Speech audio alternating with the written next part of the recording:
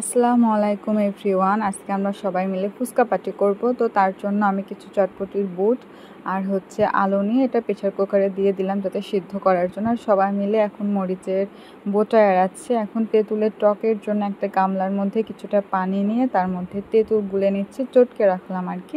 এবার আমি পেঁয়াজ মরিচ কাটবো, তার জন্য পেঁয়াজ মরিচগুলো আমি একটু ধুয়ে নিলাম।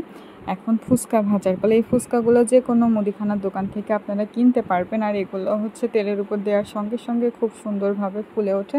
তো আমার কড়াইতে তেল গরম হওয়ার পরে আমি ফুচকাগুলো দিয়ে দিলাম। আপনারা দেখতেই পাচ্ছেন কি সুন্দরভাবে ফুচকাগুলো ফুলে উঠেছে। আর এগুলোকে লাল লাল করে ভেজে নিতে হবে, লাল লাল করে না ভাজলে এগুলো বেশ চটপটা হবে না। তারপরে এখন ফুচকার যে মেন জিনিসটা পুর, সেটা বানাবো। তার জন্য কিছু আলু ম্যাশ করে নিয়েছি, তার মধ্যে বুট, লবণ, শুকনো মরিচের গুঁড়া, চটপটি মশলা সব কিছু দিয়ে সুন্দরভাবে মাখিয়ে নিচ্ছি। আর আগে থেকে ভিজিয়ে রাখা তেঁতুলের মধ্যে চটপটির মশলা, শুকনো মরিচ, লবণ, এমনকি একটু লেবুও চিপে দিলাম যাতে একটু টেস্টটা অন্যরকম থাকে আর খেতে একটু ভালো লাগে। সবাই মিলে একদিনই তো আনন্দ করব।